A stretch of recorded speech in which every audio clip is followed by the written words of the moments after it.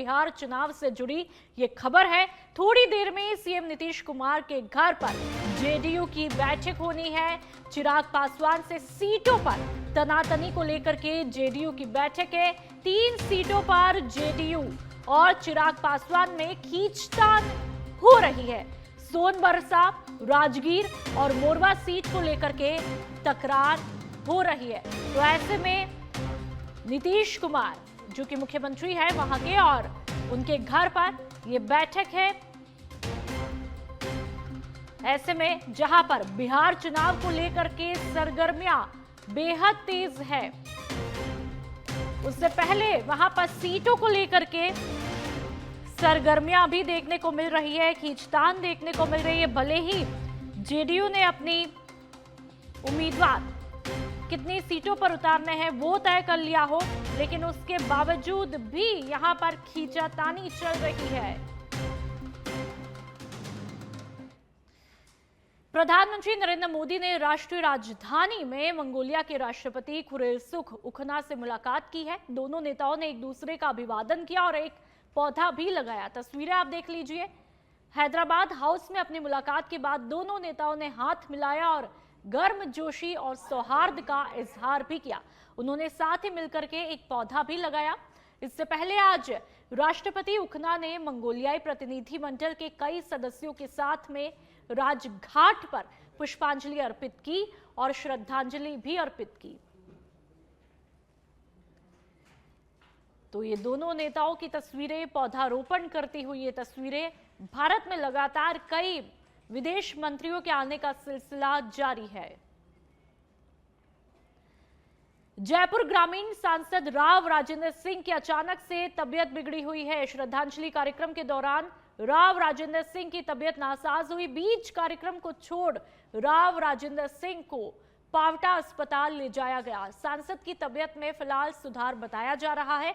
शहीद भीम सिंह शेखावत की अंतिम यात्रा में शामिल होने गए थे सांसद राव, और सांसद को फिलहाल जयपुर रेफर किया जा रहा है। तो राव राजेंद्र सिंह की तबीयत नासाज है, ऐसे में उन्हें जयपुर रेफर किया जा रहा है। फिलहाल थोड़ी ठीक बताई जा रही है उनकी तबीयत।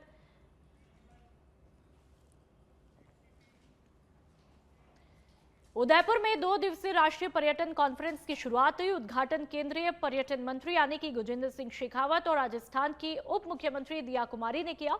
इस मौके पर विभिन्न राज्यों के पर्यटन मंत्री, केंद्र शासित प्रदेशों के गवर्नर और पर्यटन उद्योग से जुड़े दिग्गज भी मौजूद रहे।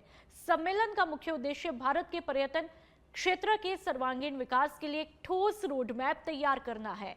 2 दिनों तक चलने वाले इस आयोजन में इंफ्रास्ट्रक्चर विकास, डिजिटल टूरिज्म, हेरिटेज संरक्षण और सस्टेनेबल टूरिज्म जैसे विषयों पर गहन चर्चा भी होगी। इस कॉन्फ्रेंस का विषय development of 50 destination and providing performance linked incentive रखा है।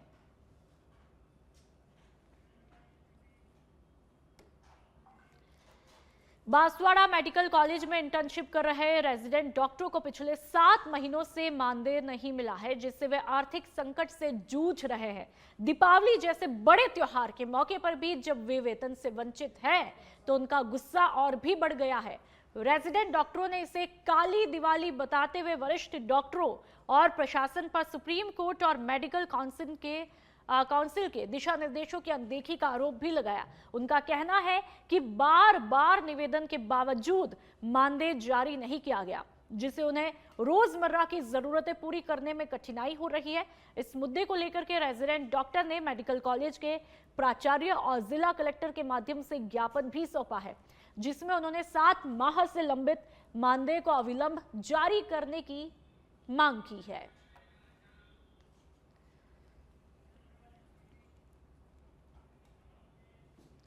बांसवाड़ा में आयुष्मान आरोग्य मंदिर योजना के तहत लोक उपापन के माध्यम से कार्यरत योग प्रशिक्षकों ने जिला कलेक्टर को ज्ञापन सौंपकर कार्य अवधि और मानदेय बढ़ाने की मांग की है। ज्ञापन में बताया कि साल 2018 से सीएचसी और पीएचसी स्तर पर योग प्रशिक्षक जन जन तक योग के माध्यम से स्वस्थ जीवन का संदेश दे रहे हैं। वर्तमान में प्रशिक्षकों को प्रति माह केवल 10 घंटे कार्य और 2500 रुपए मानदेय दिया जा रहा है, जो कि अपर्याप्त है। योग प्रशिक्षकों ने कहा कि सीमित समय और कम मानदेय के कारण योजना का उद्देश्य पूरी तरह सफल ही नहीं हो पा रहा है। हम सभी योग प्रशिक्षक आज हमारी मांग लेके आए कि हम वर्तमान में अभी 10 दिन हमारे कार्यवाह है। हम सरकार से मांग करते हैं कि हमारा पूरा महीना भर करें, क्योंकि 10 दिन है जिसकी वजह से हम लोगों में नियमितता नहीं पा रहे हैं। तो हम सरकार से मांग करना चाहते हैं कि जिस प्रकार आयुर्वेद विभाग में महीना भर अंता विधानसभा उपचुनाव को लेकर के राजनीतिक हलचलें तेज हो चुकी है। वहीं निर्दलीय प्रत्याशी नरेश मीणा ने सादगीपूर्ण अंदाज में अपना नामांकन भी प्रस्तुत किया। नरेश मीणा के साथ इस मौके पर उनके माता पिता और पत्नी भी मौजूद रहे। नामांकन के दौरान समर्थकों में काफी उत्साह देखने को मिला।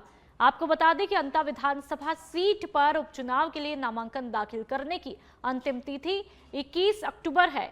नामांकन पत्रों की जांच 23 अक्टूबर को होगी, जबकि 27 अक्टूबर तक नाम वापस लिए जा सकते हैं। इसके बाद उम्मीदवारों की अंतिम सूची जारी की जाएगी। तो वहीं 11 नवंबर को मतदान होगा।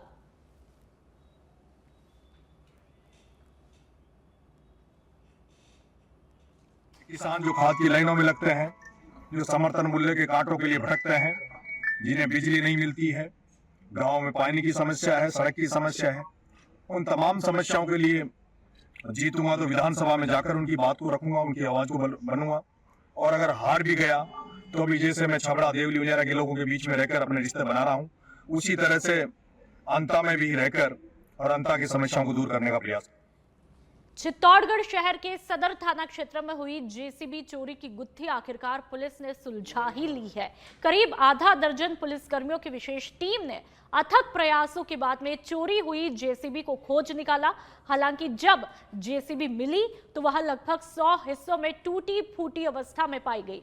आपको बता दें कि इसी थाना क्षेत्र की 2 अलग अलग कॉलोनियों में स्थित सुनसान मकानों में भी हाल ही में करीब 1 करोड़ रुपए की चोरी की वारदातें हुई थी।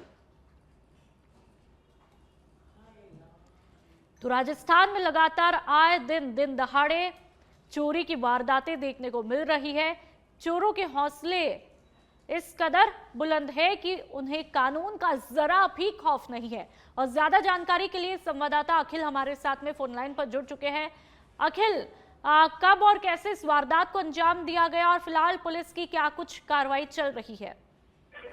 जेसीबी चोरी के मामले में पुलिस को रिपोर्ट मिली थी गत सितंबर में। 28 सितंबर को ये चोरी की वारदात हुई थी। इसके बाद प्रकरण दर्ज करके पुलिस जांच में जुटी हुई थी। हरीश सालवी के मकान के बाहर से जेसीबी चोरी हुई। चोरों ने मुख्य रोड पर खड़ी जेसीबी को चुरा लिया था। इस मामले में करीब 100 सीसीटीवी कैमरों के फुटेज खंगाले और करीब 150 किलोमीटर दूर से पुलिस चोरों को गिरफ्तार करके लाई है। बिल्कुल अखिल, लेकिन क्या पुलिस ने पूछताछ में ये पता लगाने की कोशिश की कि इन चोरों ने ये पहली बार चोरी की वारदात को अंजाम दिया? और दिया तो इतनी बड़ी चोरी, जेसीबी चुराने के लिए भी एक हिम्मत चाहिए। हमने कुछ दिनों पहले खबर देखी, ट्रैक्टर चुराया जा रहा था। आए दिन राजस्थान में इस तरह की खबरें आ रही हैं। आखिरकार चूक कहां पर हो रही है? आखिरकार चोरों के हौसले कैसे इतने बुलंद हो रहे हैं? क्या इस बारे में पुलिस से आपकी बातचीत हुई? पुलिस से इस संबंध में जानकारी ली है। पुलिस ने 4 चोरों को गिरफ्तार किया, जिनकी उम्र 18 से 24 साल है। इनकी उम्र भी ज्यादा अधिक नहीं है और चोरों ने बेखौफ होकर वारदात को अंजाम दिया है। मुख्य रोड से होते हुए जेसीबी को लेकर गए, तो पुलिस का भय भी इन पर कहीं देखने को नहीं मिला है। ठीक है, चलिए, बहुत बहुत शुक्रिया तमाम जानकारी के लिए। और अब कोटपुतली के विराटनगर से खबर, जहां पर उत्तरकाशी आपदा में अग्निवीर जवानों के लापता होने का मामला देखने को मिला है। विराटनगर इलाके के पावटा उपखंड में भूनावास का रहने वाला था यह जवान। डीएनए जांच से शव की पहचान हुई। 70 दिन बाद जवान का शव मिला था। जवान की पार्थिव देह भूनावास पहुंची है और जवान को श्रद्धांजलि देने के दौरान सांसद राव राजेंद्र सिंह की तबीयत भी खराब हुई। सांसद को तुरंत एम्बुलेंस की सहायता से अस्पताल भेजा गया है। आज 11:15 बजे के लगभग 11:45 के आसपास सीएमएचओ साहब का फोन आया था और सीएमएचओ साहब ने बताया था कि राजन अपने माननीय सांसद साहब की तबीयत खराब हुई है, थोड़ा उनको बेहोशी सी हुई थी। तो उसी हिसाब से हमने तैयारी कर ली थी यहाँ पर मेडिकल टीम बना के देवेंद्र सर के नेतृत्व में। और यहाँ से जैसे सांसद साहब आए, हमने उनके रूटीन सारे चेकअप करवाए थे वो बीपी उनका नॉर्मल था, पल्स रेट नॉर्मल थी, उनकी शुगर 106 नॉर्मल था, ईसीजी उनकी नॉर्मल थी, और शायद आज उनका फास्ट भी था सुबह सांसद साहब था। तो उसके बाद में अपने हार्ट की जाँच और फिर मिट्रोप्टी, एलएफटी, आरएफटी वगैरह सारी जाँचें करवाई थी। तो सीमावर्ती जिले जैसलमेर पुलिस के बड़ी सफलता हाथ लगी है। पुलिस थाना फलसुन के नकबजनी की वारदात का खुलासा करके 4 आरोपियों को गिरफ्तार किया है पुलिस ने। साथ ही चोरी किए गए 18 लाख रुपए कीमत के सोने चांदी के गहने भी बरामद करके वारदात में प्रयुक्त 2 मोटरसाइकिलों को जब्त किया है। तो वहीं फिलहाल पुलिस के तहत आरोपी से पूछताछ और अनुसंधान दोनों जारी है। अजमेर रेलवे स्टेशन पर करोड़ों रुपए से होने वाले विकास कार्यों पर स्थानीय अधिकारियों से बैठक करके फीडबैक लेने उत्तर पश्चिम रेलवे जोन के महाप्रबंधक अमिताभ 1 दिवसीय दौरे पर अजमेर पहुंचे। अजमेर मंडल मुख्यालय सहित मदार के कैरेज डिपो का निरीक्षण उन्होंने किया।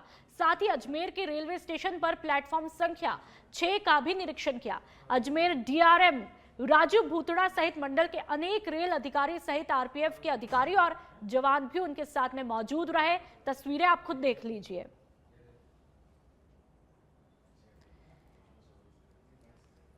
तो करोड़ों रुपए से रेलवे स्टेशन का विकास होना है। प्लेटफॉर्म संख्या 6 का तमाम जिम्मेदारों के द्वारा निरीक्षण किया गया और रेलवे स्टेशन के कायाकल्प को लेकर के क्या कुछ ब्लूप्रिंट बनाया जाना है, जाहिर सी बात है उस पर भी चर्चा हुई होगी। आवासों को रिपेयर करने के लिए या नए आवासों को बनाने के लिए पिछले 2 सालों में रेलवे बोर्ड के द्वारा काफी फंड सैंक्शन किया गया है और चारों ही मंडलों को फंड डिस्ट्रीब्यूट किया गया है और मंडलों को आदेश भी दिए गए हैं कि उस पैसे को जल्दी से इस्तेमाल करते हुए जो रोड साइड स्टेशन हैं वहाँ पे जल्दी से नए आवास बनाएं, जो पुराने आवास हैं उनका जीर्णोद्धार करें। और अभी यहाँ पे अजमेर स्टेशन पे जो रिडेवलपमेंट का कार्य होने वाला है इसमें भी करीब 160 के आसपास आवास हैं जो कि पुराने आवास हैं, उनके स्थान पे नए। जयपुर की खबर। जयपुर आवास पर नेता प्रतिपक्ष टीकाराम जूली पार्टी कार्यकर्ता और आमजनों से मुलाकात करते हैं। समस्याओं के समाधान के लिए अधिकारियों को अवगत करवाया। तो तस्वीरें आप देख लीजिए। जयपुर आवास पर नेता प्रतिपक्ष टीकाराम जूली की ये तस्वीरें हैं जहां पर पार्टी कार्यकर्ताओं और आमजनों से मुलाकात करते हैं और जिस तरह की तस्वीरें देखी जा रही है बेहद गंभीरता के साथ में आमजन को सुना जा रहा है। जाहिर सी बात है जो बातें लेकर के आए होंगे, जो समस्याएं लेकर के आए होंगे, इन तस्वीरों को देखकर ये पता लगता है कि टीकाराम जूली कितनी संजीदगी और गंभीरता के साथ में उनको सुन रहे हैं।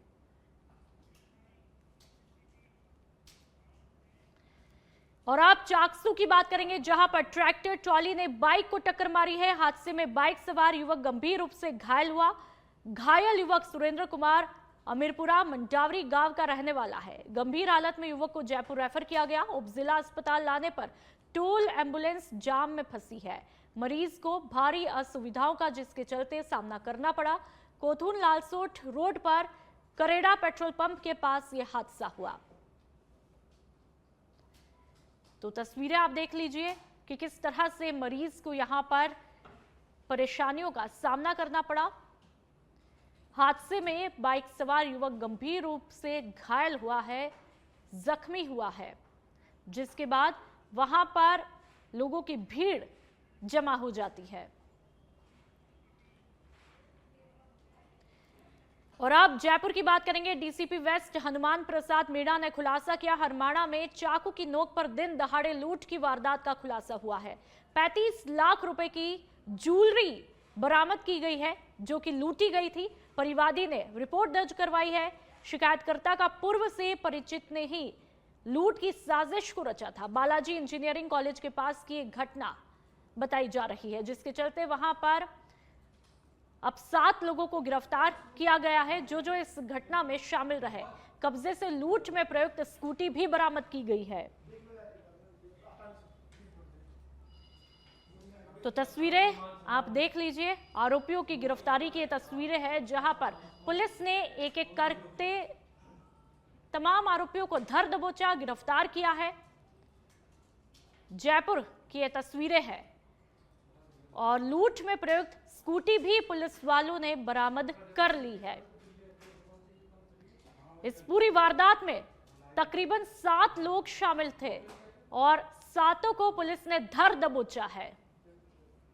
आप खुद ये तस्वीरें देख लीजिए कि पुलिस ने किस तरह से 7 आरोपियों को धर दबोचा। अब ये तमाम आरोपी पुलिस के चंगुल में है।